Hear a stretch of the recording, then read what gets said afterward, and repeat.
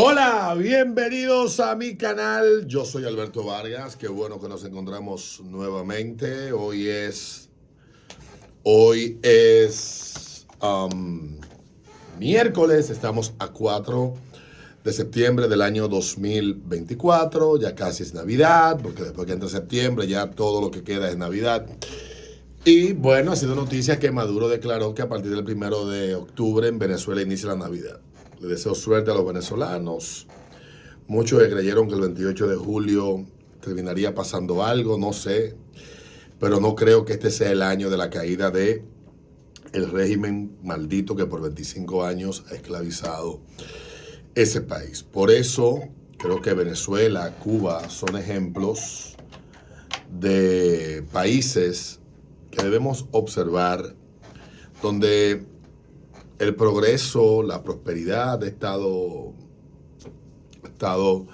manifestándose, los políticos han cometido errores, pero apostar a quienes lo destruyan todo, a revoluciones, etcétera, a menos que sean verdaderas revoluciones, que no lo son. O sea, porque si tú me hablas a mí de los pocos capítulos que tienen de éxito las revoluciones, quizá la americana, la revolución inglesa, yo creo que en los últimos 300 años no hemos visto, 300 no, del 1889 hacia acá, no hemos visto mucho éxito. Todo siempre termina mal. En el caso de Cuba y Venezuela, quizás Latinoamérica, es un lugar extraño, un lugar que por alguna razón, vamos a llamar un lugar maldito. Porque teniendo dos ejemplos en el patio de fracaso, todavía las sociedades y muchos políticos siguen apostando a las fórmulas fallidas. Lo de Puerto Rico y ahora un candidato del Partido Independentista y sus propuestas para las elecciones del 5 de noviembre en ese país es de antología. Puerto Rico es un país interesante. A mí me gusta mucho Puerto Rico. Pero si nos sentamos a estudiar la historia de Puerto Rico desde la creación del Estado Libre Asociado, todo lo que se conjugó para que se convirtiera en una economía súper pujante, muy desarrollada, aún a pesar de ello, Puerto Rico no logró erradicar la pobreza, porque la promesa que hacen los políticos siempre es que la pobreza va a desaparecer. Pueden crearse políticas que ayuden a desaparecer la pobreza, pero las fórmulas que se han implementado en muchos países han fallado, porque no basta con dar cosas, con suministrar cosas gratis a la gente.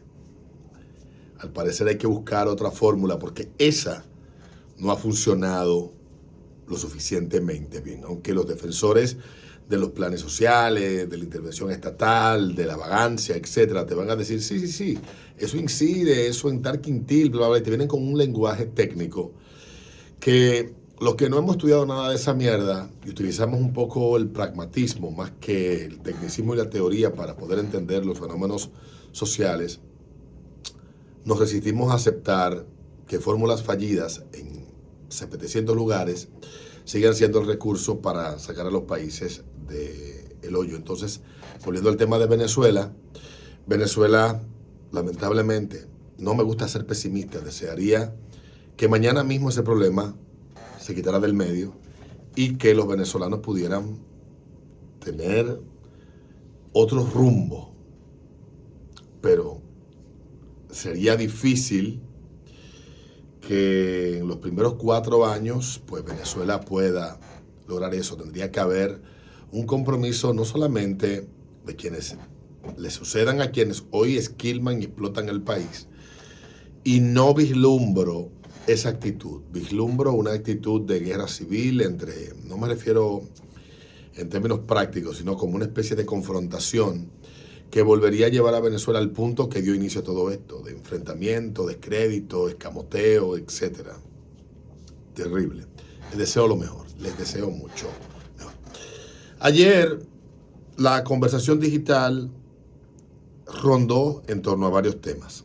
El principal tuvo que ver con lo que la entrevista de Figueroa Agosto.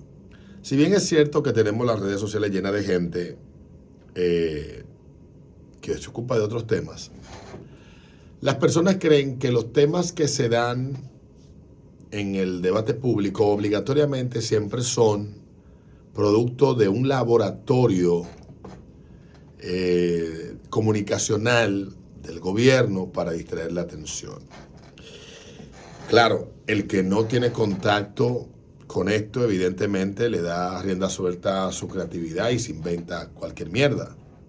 Pero uno que tiene y ha tenido contacto con esto sabe que las cosas no funcionan de esa forma.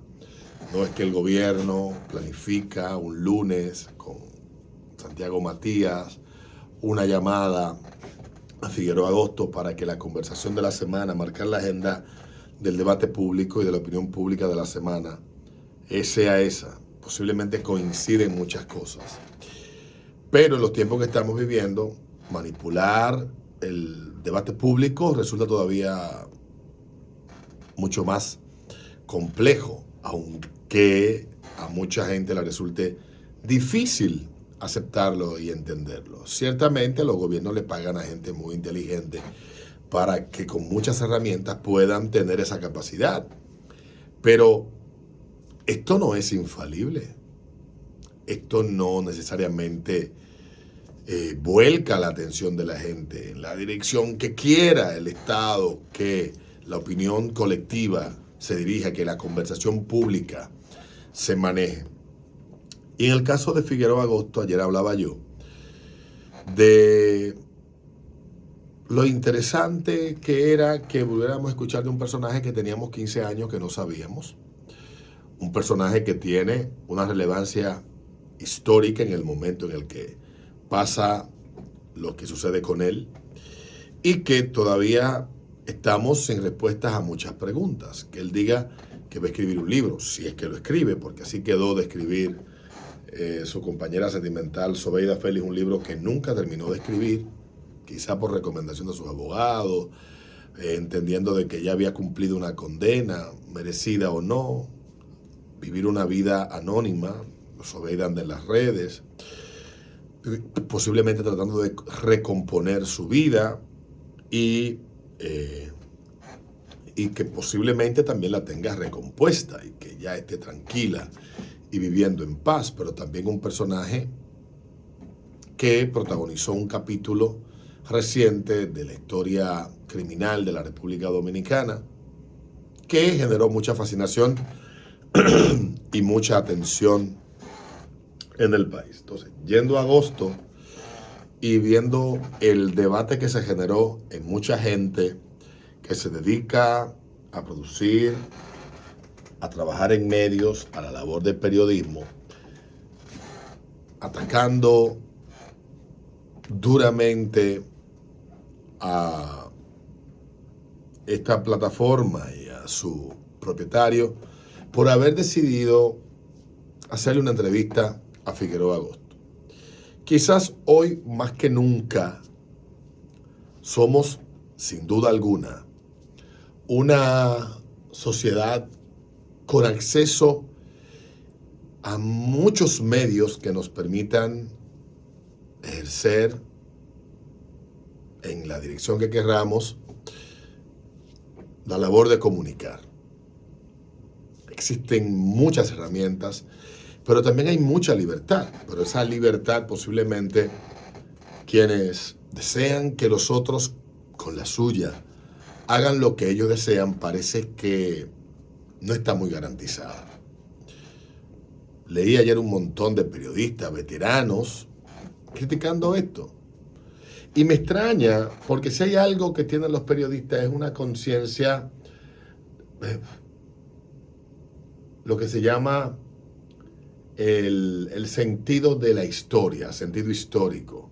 Se lo enseñan porque los periodistas están formados exactamente porque son cronistas del presente, y esas crónicas del presente se convierten en documentos para poder en el futuro narrar y poder encontrar en el futuro una verdad más o menos objetiva que permita entender los hechos del pasado. Venir de un periodista, una crítica, y ayer lo decía yo en un tuit, una crítica a algo que pueda tener un valor histórico más adelante, en 30, en 40 años. Digamos que en 30 años, alguien, 15 años más, alguien se interesa por escribir una novela sobre ese tema o hacer un guión para una serie, como la han hecho de tantos personajes ominosos de ese mundo oscuro del narcotráfico.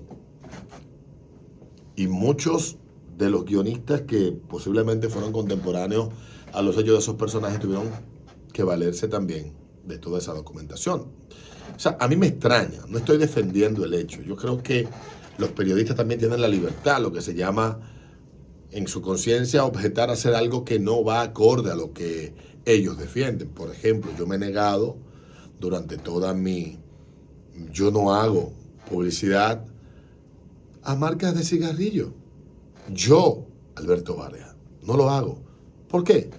Porque yo no promuevo, ni estoy de acuerdo, por una cuestión mía personal de toda mi vida, con el consumo de tabaco y toda esa mierda. Ahora, ¿implica ello que yo le diga a la empresa que yo trabajo, a los compañeros que yo tengo, que no lo hagan? No, todos los años, todos los meses y a cada rato yo entrevisto gente aquí, yo tengo gente alrededor que hace publicidad que se compra y ellos hacen su mensaje. Yo, Alberto Vargas, no lo hago. Y la empresa, por ello, no tiene un conflicto conmigo, ni puede pretender obligarme a renunciar a ese principio, a esa convicción. Lo cual tampoco yo, hay cuestiones, temas en los que no me meto, asuntos de los que no debato y cuestiones que no me prestaría a ser parte de ellas. Eso se llama objeción de conciencia y la tenemos todo. Que uno desde su acera critique quienes tal vez entran en conflicto con un valor que uno defienda. Ese es el uso y el ejercicio de las libertades, porque tenemos libertad de pensamiento y no se puede pensar libremente si no se puede expresar lo que se piensa libremente. Por tanto, el problema no es que aquellos que están en desacuerdo con la entrevista expresen que le parece terrible. Lo que me parece a mí problemático es que quieran que otro, que tiene toda la libertad, que tiene una conciencia distinta, unos valores diferentes, una escala deontológica del ejercicio de su trabajo muy distinta, renuncia a ellos porque un grupo queremos que esa persona haga lo que nosotros entendemos. Entonces no estamos hablando de libertad, estamos hablando de ese sagrado derecho que tenemos nosotros de elegir y de dirigirnos y manejarnos de la manera que sea acorde a nuestra conciencia. Y podemos estar de acuerdo en que muchas de las cosas que hoy se hacen tienen un efecto nocivo directo sobre las mentes más incautas. Eso puede ser otro debate también. Pero viendo en lo que se ha convertido el tema de los medios, el tema del ejercicio de la comunicación, de cómo en 4 años le metieron gas a todo esto, de cómo la censura ha ido ganando espacio. Lo que está pasando, por ejemplo, en Brasil, con X y Alexandre de Moraes, un juez de la Suprema que se ha convertido en un perseguidor terrible de todos aquellos que él entiende que tienen un discurso que es incómodo para quienes gobiernan hoy o que él no comparte.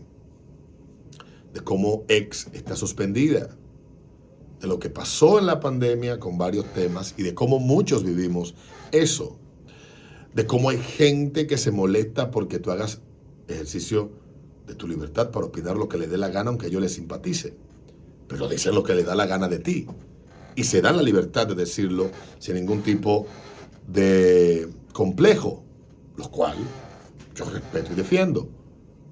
Pero no trates de que yo renuncie a mi libertad, porque tú entiendes que quien dicta y quien establece los límites de la misma eres tú. No es así. La libertad Es como los peos. A todo el mundo le molestan los ajenos, pero quieren que se vuelan los de ellos. Y así, hermanos, no se vive en paz.